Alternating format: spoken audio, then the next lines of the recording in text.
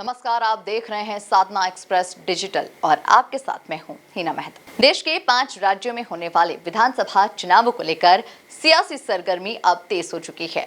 हर राज्य में राजनीतिक दलों की रैलियां, जनसभाएं और प्रचार अभियान अपने चरम पर चल रहा है।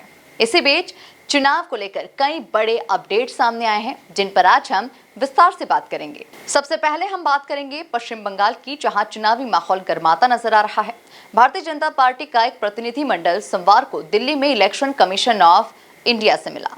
आपको बता दें कि बीजेपी ने आरोप लगाया है कि राज्य में ऑल इंडिया तृणमूल कांग्रेस चुनाव प्रक्रिया को प्रभावित करने की कोशिश कर रही है। केंद्रीय मंत्री किरेन रिजिजू ने कहा कि मुख्यमंत्री ममता बनर्जी खुद घर घर जाकर मतदाताओं को धमका रही है। उनका आरोप है कि जो भी बीजेपी को वोट देगा उसे गंभीर परिणाम भुगतने पड़ सकते हैं। बीजेपी ने चुनाव आयोग से निष्पक्ष और स्वतंत्र चुनाव कराने की मांग की है।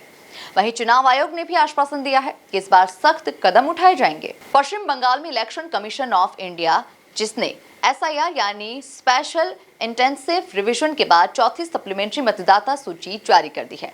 हालांकि आयोग ने ये स्पष्ट नहीं किया कि कितने नाम जोड़े गए हैं या फिर हटाए गए हैं। इसके अलावा प्रशासनिक स्तर पर भी बड़ा फेरबदल किया गया। राज्य के 173 पुलिस स्टेशनों के प्रभारियों का ट्रांसफर कर दिया गया।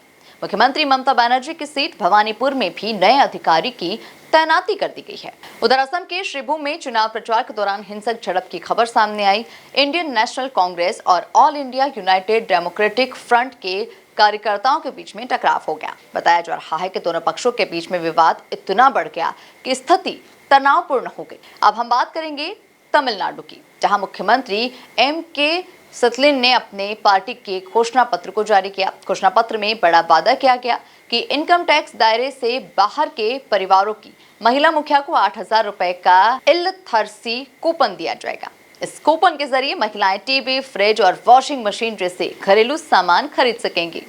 कुल मिलाकर 5 राज्यों के चुनाव में सियासी माहौल पूरी तरह से गरमाया हुआ है।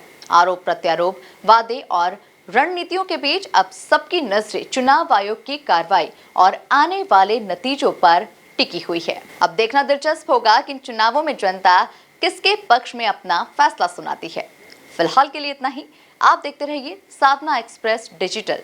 नमस्कार। खबरों की रफ्तार सधे अंदाज में लेटेस्ट खबरों के लिए हमारे चैनल साधना एक्सप्रेस डिजिटल को सब्सक्राइब जरूर करें।